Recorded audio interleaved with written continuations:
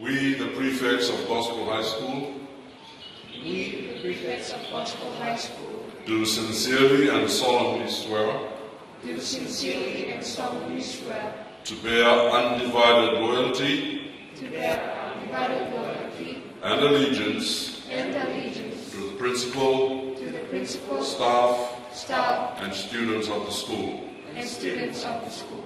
We hereby undertake We hereby undertake to abide by the rules and regulations of the school, to abide by the rules and regulations of the school, to obey, to obey, uphold, uphold, and always honor and always honor the directions of the principal the directions of the principal and all the members of staff and all the members of staff at all times. at all times. We promise to uphold We promise to uphold and safeguard the reputation, and safeguard the reputation, the integrity and dignity of Gospel High School, the integrity and dignity of Gospel High School, and this badge with complete love, and this badge with complete love, sincerity and dedication sincerity and dedication in all places, in all places, at all times. at all times. I promise that I shall I promise that I shall carry out my duties carry out my duties as of my post as of my post to the best of my abilities to the best of my abilities at all times. at all times. During my stay in school, During my stay in school, as well as outside the school for the year 2018. as well as outside the school for the year 2018. I will remain faithful to Gospel High School, I will remain faithful to Gospel High School, and I shall strive and I shall strive to bring glory and honor to it. to bring glory and honor to it. I ask God for the blessings I ask God for the blessings to help me to be faithful to help me to be to faithful my promises to my promises and carry out my duties and carry out my duties according to His will, according to His will. so help me God. So help me God. I've come back to this school after many decades. And when I was last here, this was completely different. You did not have this hall, this auditorium. The grounds looked much bigger then. That last classroom in the primary school was my last class. I left in the end of class 6. And you did not have that walkway over there. It was very different. Of course, the ground looks extremely big. I remember as a head boy, my role was every morning to get all the lunch orders of all the teachers, and there used to be a nani across the ground there. My job was to go and get the roti parcel for all the teachers. I don't know how many of you remember that. I see some people look similar to my age probably shaking their head. And I remember her, this lady making roti, with this stove that had wood fire. And so that's my memory of Gospel Primary School, and they're very wonderful memories. I used to live in Bellow Street.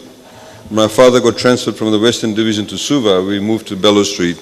So it was very easy to walk across the chapel that's there. There's a walkway there. I assume it's still there. And that's how I came to be at Gospel Primary School.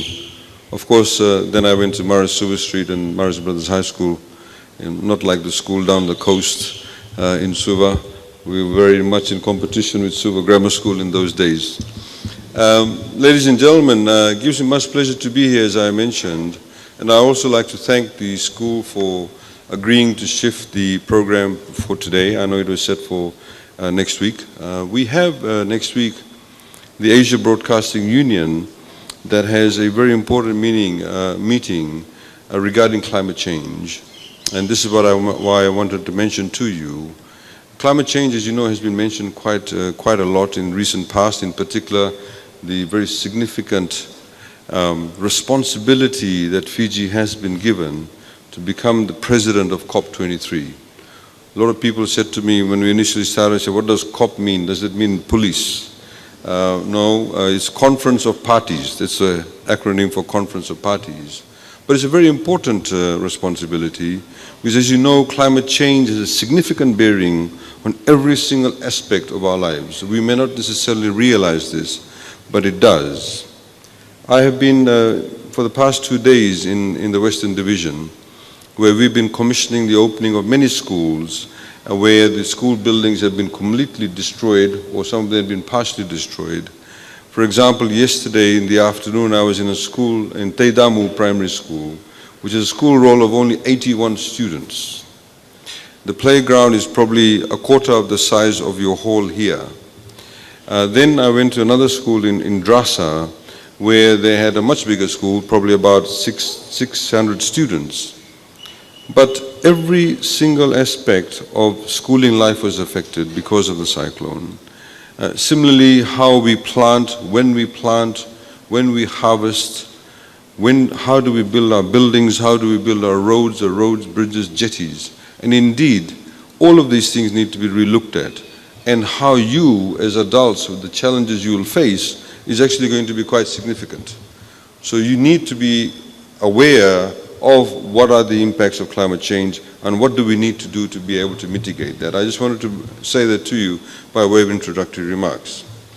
Howard talked about the diligence that King Solomon spoke about. Part of diligence, of course, being a leader, you have to be diligent. But I fundamentally believe that when you become a leader, and the more responsibilities you are given, one of the critical issues that you need to be able to have, or characteristics you need to have, and indeed that should manifest itself in your mannerisms, is humility. The higher you climb, the more humble you must become. Because if you lose that touch, then in fact you will not be a good leader. If you forget humility, then you lose touch with the very people you are supposed to be able to look after. You know, I was at a gathering two nights ago in Nasinu, and somebody said publicly, they said, you know, I used to be a friend of a member of parliament, this is going back a few years ago, and we used to all drink grog together every second night. So the moment he became a member of parliament, he stopped drinking grog with me. He stopped even calling me and would drive past my house without even saying hello to me. That was in his own simple way what he was saying. And he did not interact with the people. It is very critical. So you as prefects, even in your school, please remember, you are not there to impose, but you are there to actually apply a particular regulation or particular policy that your school may have set. Your clients, the people you're supposed to deliver your service to, are the rest of the school, the rest of the students. So you have to work in collaboration with them. You're not there to simply impose your authority on them. It's very, very important to understand that. The second important point that I would like to, of course, talk about is honesty. Being a leader sometimes requires you or puts you in a particular position that you may feel actually torn between. For example, this lady sitting in the front, maybe somebody who's done something untoward or has not done the right thing, may be her best friend. Will she look the other way? Will she sort of treat her differently to what she would do if she did not know that person and that person was not a friend? The law, the policy, the regulation must apply to everybody. No ifs, no buts. It is the only way that you'll be able to then ensure that you will be respected. You'll be respected as a leader, and then everybody else will have confidence in your leadership. The treatment of everybody, as we say, equality in law is very, very critical. You should not discriminate just because somebody may be looking, it may be better looking, maybe a good choir singer, is lighter skin, whatever the case, maybe you've got nice blue eyes, or is a particular ethnic group, or particular denomination. It does not matter. Because the law, the policy, the regulation is there for everybody. That's the second point. The third point I'd like to make also is that to be able to ensure that as a leader, you must always be able to not just treat people equally, but always speak the truth, irrespective of what the consequences may be. It's very difficult sometimes to do that, irrespective. Because you may, by speaking the truth, you may get shunned by people. People may make fun of you. But ultimately, as I've always said to young men, does not apply to women, is, when I say to them, when you look at yourself, it does apply to women, but apart from the second element of it, when you look at yourself in the mirror, you must always be able to look at yourself straight in the eye and say, I've done the right thing. I used to say to young men, when you look at yourself in the mirror in the morning when you're shaving, then you must, say that you've done the right thing.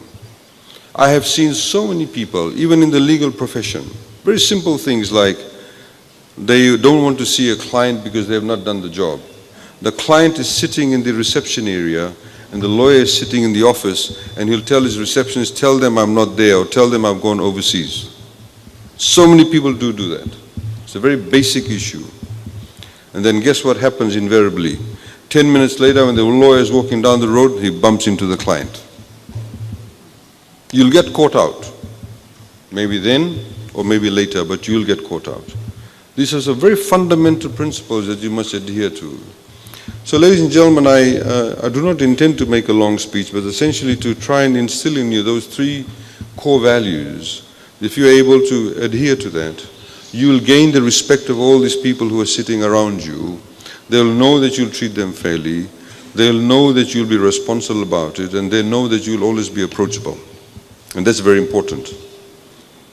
Many of you, of course, within a blink of an eye will become adults. Most of you are nearing being adults, as the official UN definition of a person being adult is over the age of 18. You're a child until you reach the age until you are 18, and then you become an adult. Many of you in a few years' time will become leaders. You'll become leaders in your in your community, you'll become leaders at your workplace, you'll become leaders in your schools, in your profession, as a business person, as an employee, in your home. And that leadership quality, if you carry those with you throughout, you'll be highly successful.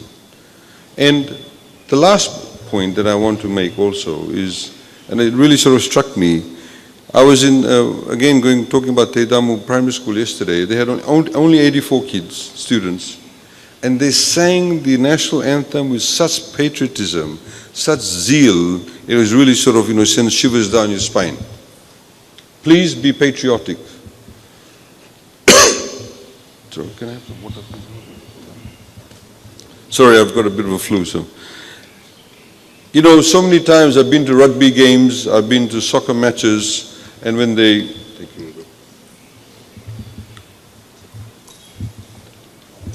say, oh, please stand up for the national anthem, you see some people with a cigarette in their mouths, some people half standing, some people still standing. Please, you have to be patriotic. No matter what you do, you always must put your country first. As the recent census has demonstrated, 50% of the entire Fijian population is below the age of 27. You are in the majority, we are in the minority. 69% of the population is below the age of 40. So all of you who are below the age of 40, you are in the majority, overwhelming majority. All these old people like us, we are in the minority. And as one of the young men who read the introduction, or I think one of the young ladies, as one of the former presidents of India said, that the youth of the country is the fire belly of that country. You will provide the energy. You will set and determine our future. This is why, for example, we are reaching out for budget consultations. We go to high schools, and we want you to contribute to that. You will decide what our country will be like in 10, 15 years' time. In fact, you'll decide in the next 5 years' time. This is why we've invested in education. We want every single Fijian child to have access to education, all the way through to university if they want to go to university. Not everybody wants to go to university, but get some form of qualifications. This is why we've set up the technical colleges. Some people may be good at carpentry, they may be good at plumbing, they may be good at engineering, may be good boilermaker, good bricklayer. The moral of the story is, ladies and gentlemen, all of you young people, please pursue a career that you want, that you feel passionate about. Don't become an accountant or a lawyer, engineer just because somebody else tells you to do that, or it's the in thing. Do it because you feel passionate about it. If you really want to if you really are passionate about being a plumber, become a plumber because you'll be a good plumber. If you're really passionate about becoming a nurse, become a nurse. You become a very good nurse. That's what we need. And I wanted to just very quickly highlight to you is that the scholarship and the TELS, it's very important. Everybody is entitled to TELS. Everybody is entitled to the Topper Scholarship. Most of our scholarships that we have are skewered towards the science, what we call the science-based subjects. They are less, about 30% is probably for accounting and economics. But predominantly most of it is for engineering, marine scientists, foresters, town planners, surveyors, engineers, doctors, nurses, all of those areas that we lack expertise in. We don't even have one single Fijian speech therapist in Fiji. There are so many children in Fiji with early intervention at birth, if there is some defects that they may have in respect to, say, speech, etc. If we are able to make early interventions, we can actually be able to remedy their situation. And we need that level of expertise. So I urge you all, please think about your careers from that perspective. Please think about your country. And in terms of gaining your own self-respect, be honest. Be just. Be humble. And we'll have a fantastic future ahead of us. I wish all the prefects a wonderful year. I wish all of you a wonderful year. Thank you very much. Thanks.